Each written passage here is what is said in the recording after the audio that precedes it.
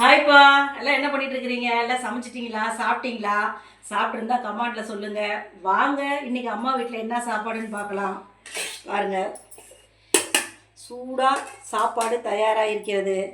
பாருங்க, தட்டில் அப்படியே போட்டுருவோம். அது நேற்றே சொன்ன பார்த்தீங்களா, அரிசி சூப்பராக இருக்குது. பச்சரிசி கிடையாதுங்க, இது புழுங்கரிசி தான். வெள்ளை பொன்னி இந்த பச்சரிசி கிடையாது, இது புழுங்கரிசி. இது வந்து பாருங்கள், நல்லா சாப்பாடு நல்லா காணுது, நிறைய வருது சாப்பாடு. இங்கே பாருங்கள், சங்கரா மீன். நீ எல்லோரும் கமாண்டில் என்ன போட்டிருக்கிறீங்கன்னு தெரியல.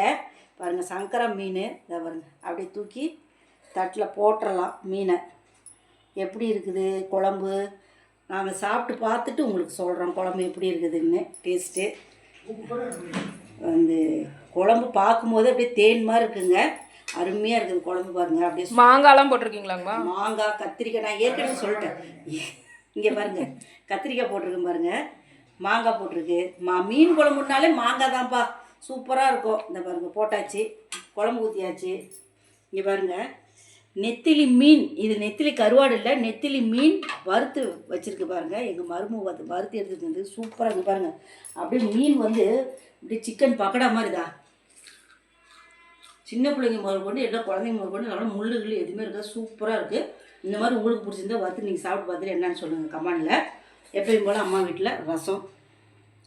வாங்க சாப்பிடலாம்.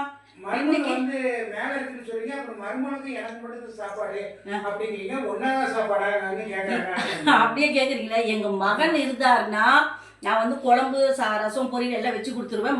மருமகளும் மகனும் மேலே சாப்பிடுவாங்க. மகன் இல்லாட்டின்னா நானும் மருமக அப்பா எல்லாரும் எங்கள் பேத்தி எல்லாம் 4 பேர் நாங்கள் இங்கே தான் ஒட்டுக்கா சாப்பிடுவோம். அதனால தான் ஒரு நாளைக்கு நிறையா சாப்பாடு செய்வோம், ஒரு நாளைக்கு கம்மியாக சாப்பாடு செய்வோம்ப்பா.